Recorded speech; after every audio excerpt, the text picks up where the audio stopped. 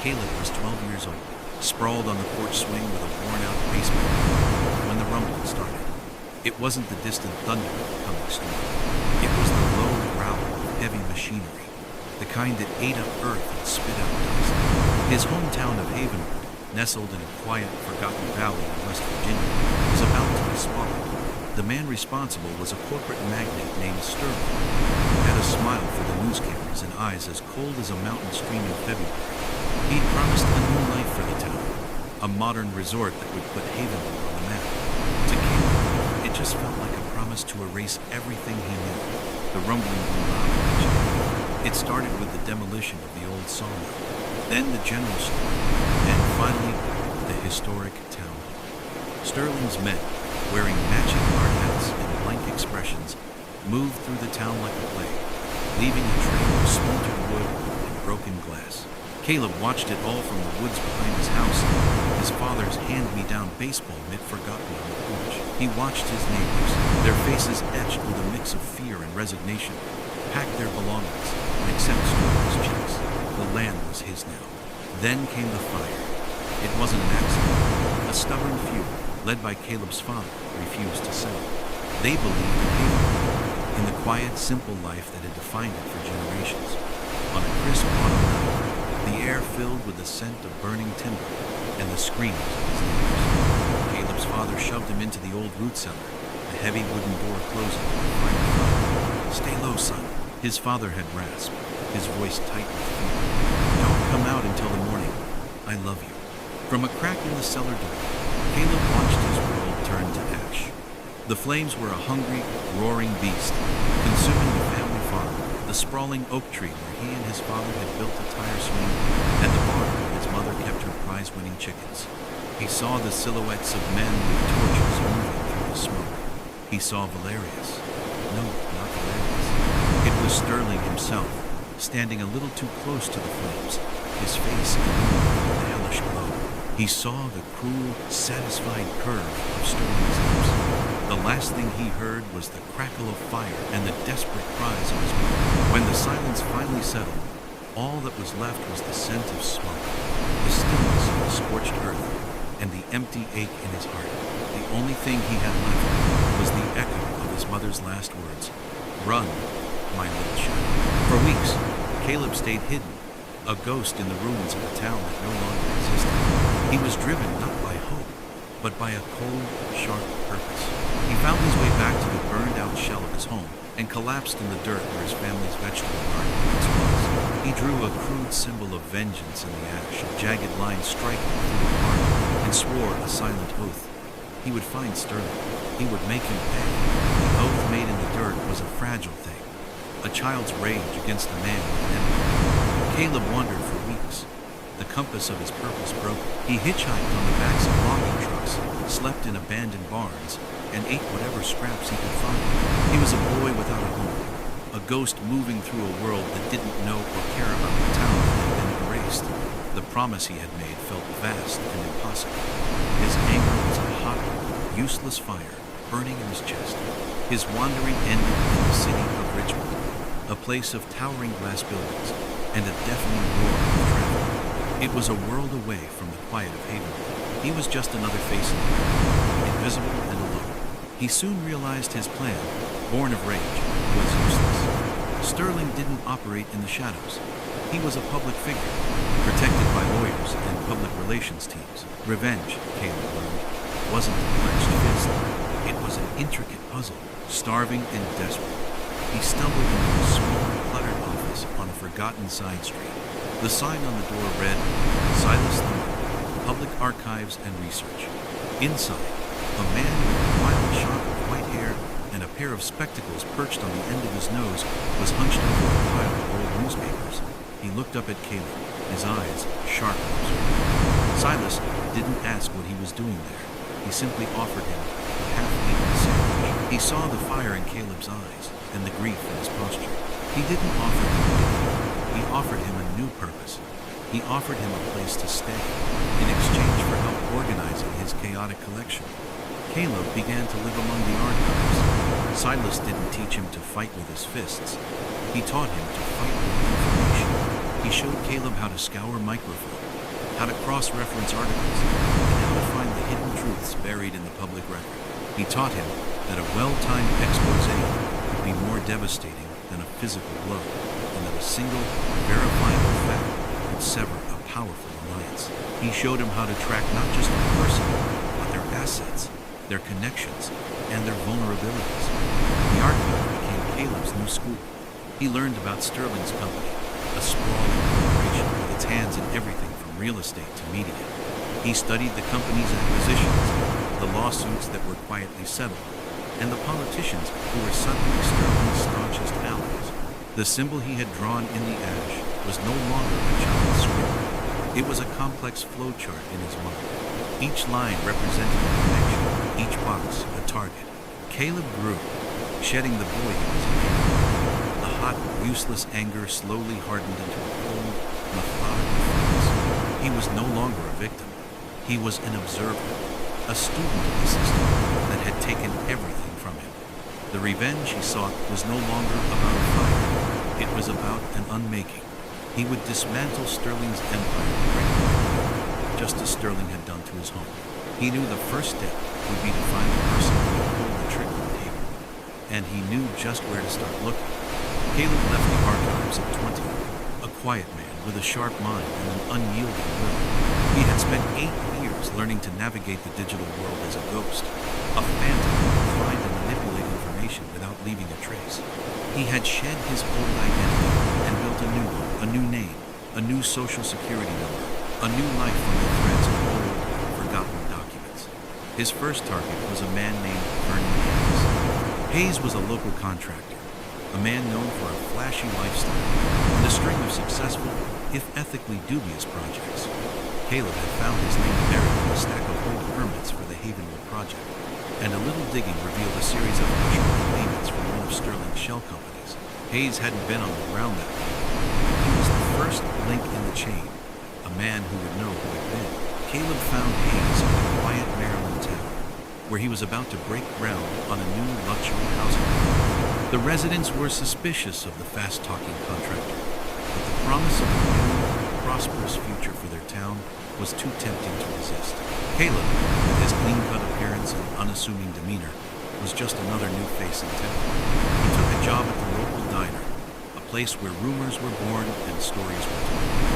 Listen, he started small. He anonymously posted articles online, referencing old building code violations from Hayes' previous projects. He'd leave printouts of the articles on community bulletin boards, their headlines a whisper of doubt.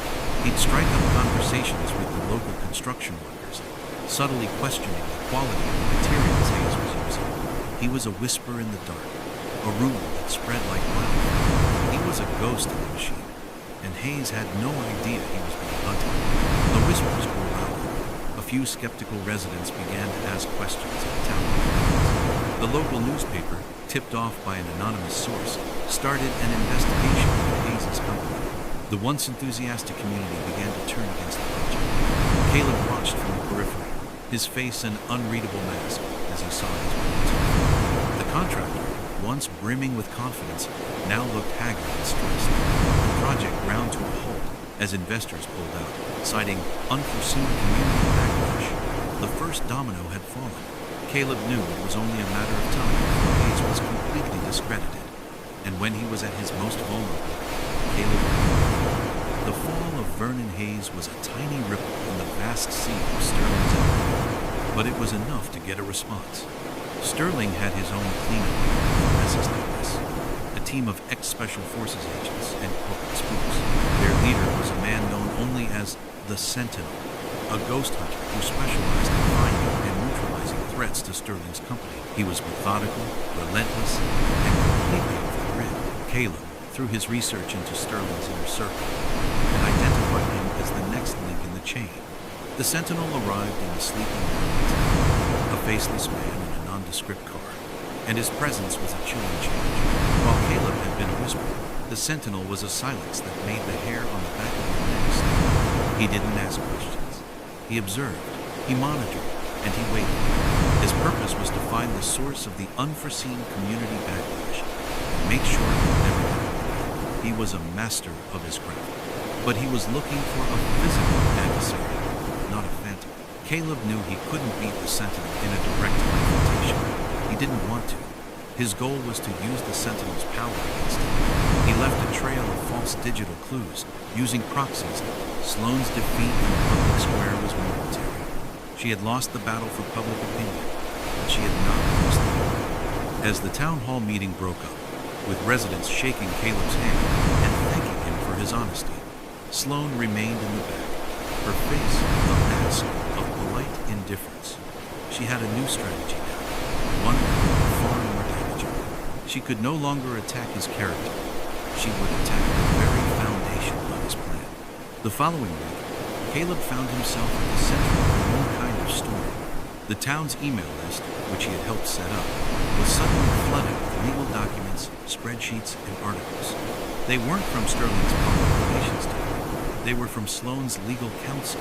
The documents detailed the immense costs of the grants Caleb had suggested, the legal hurdles of the historic designation, and the risks of a local-led development plan. The tone was professional, objective, and chillingly logical.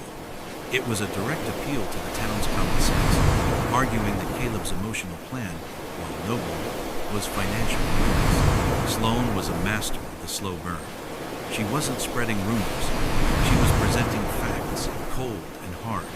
She was using the town's own data against them. The town, once unified in their emotional support for Caleb, was now fractured. The older residents, living on fixed incomes, saw the spreadsheets and began to worry about rising taxes.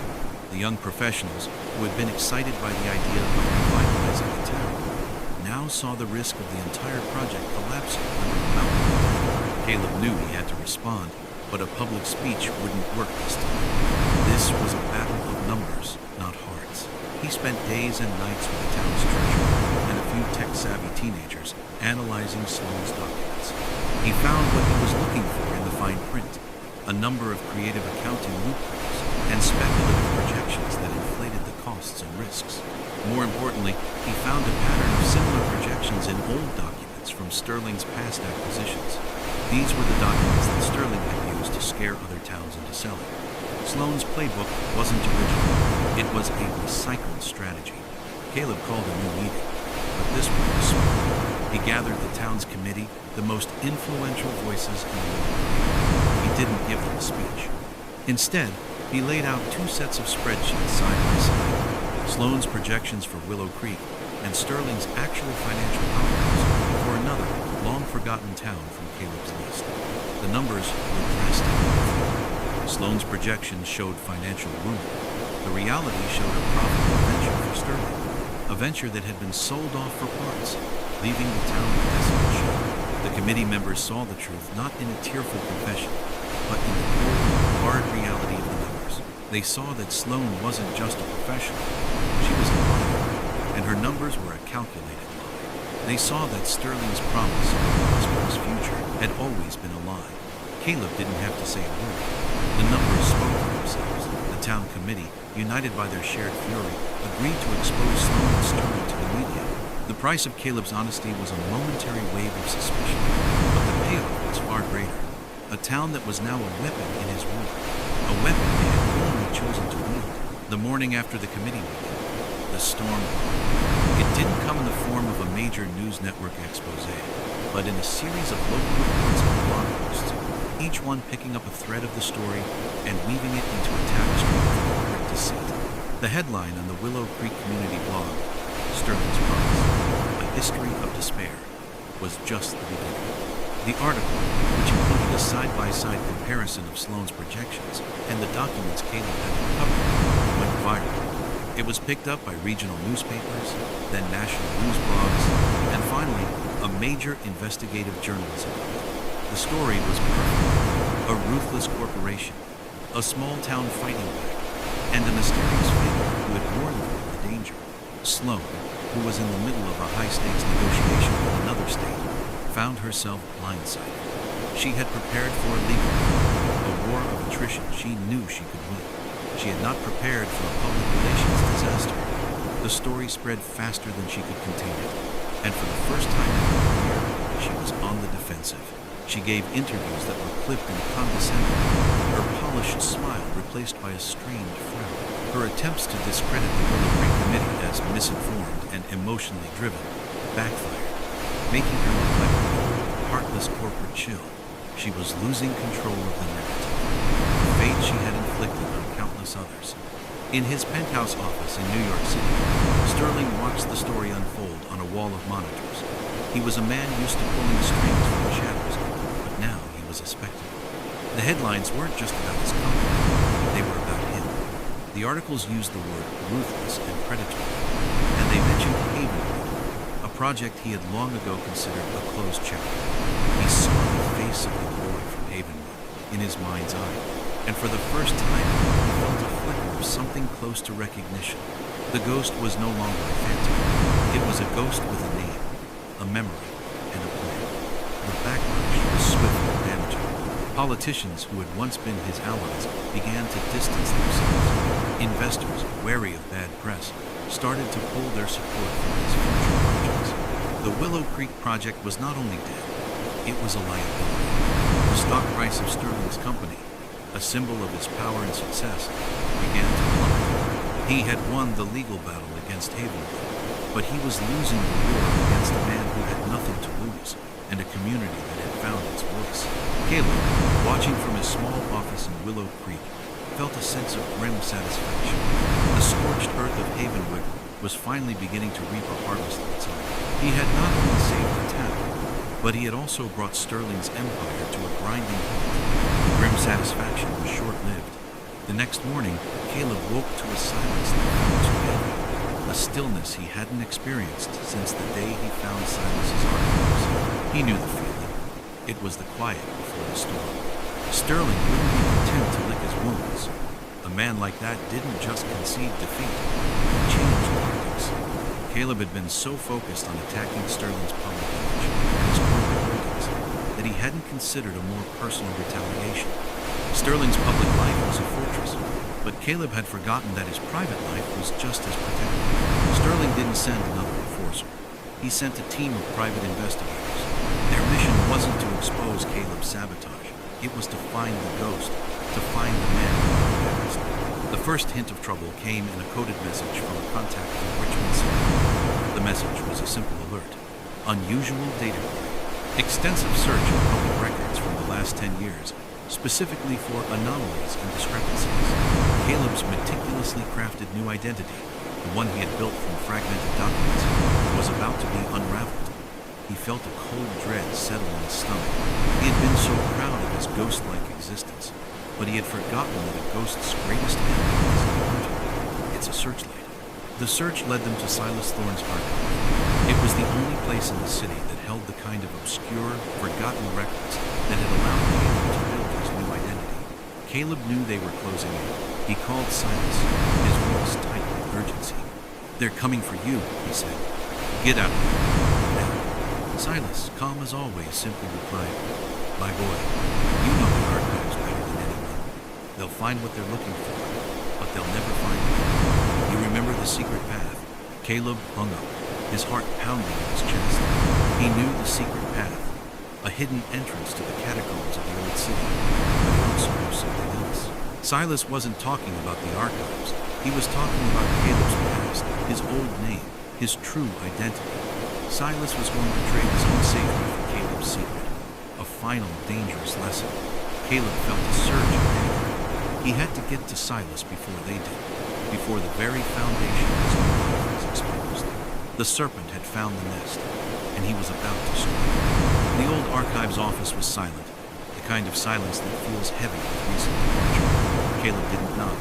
He simply pushed the door open, the bell above it a faint, sorrowful chime. The scene inside confirmed his worst fears. Papers were strewn everywhere, not in Silas's usual organized chaos, but in the kind of frantic mess only a professional search could create. The filing cabinets were open, the drawers gaping like empty walls. They had come and gone. Caleb's heart hammered against his ribs. He felt a rush of adrenaline and a wave of raw, sickening anger. They hadn't found Silas. He knew they hadn't, because the old man wouldn't have left without him. What had he left? Caleb's eyes scanned the room, looking for a sign, a clue, anything. He saw it on Silas's old wooden workbench, a single document weighted down by a magnifying glass.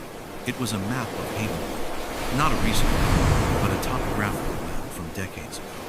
Caleb felt a pang of nostalgia and a fresh surge of grief as he looked at the familiar curves of the land.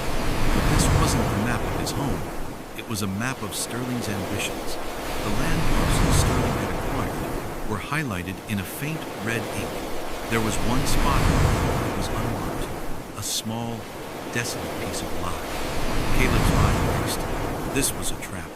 It had to be. Sterling was a cornered enemy, and he was at his most dangerous.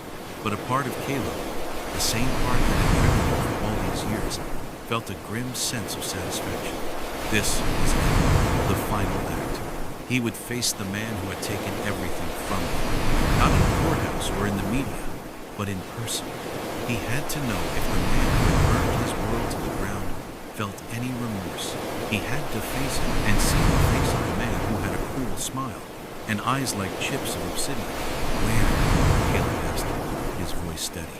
Sterling gave him an address, a private airstrip hours away, and a time, a few hours before dawn. Don't bring anyone, Sterling said. This is just between us. The line went dead. Caleb threw the phone into the trash, grabbed the backpack he had packed with a few essentials, and left it to the cafe. He knew this was a high-risk, high-reward move, but he was done running. He was done being a ghost. He was ready to face his tormentor and find out if his victory felt hollow because it was, or because it was not yet complete. He walked into the night, a man on a mission, a ghost with a name. He was going home, a place he hadn't been in 15 years.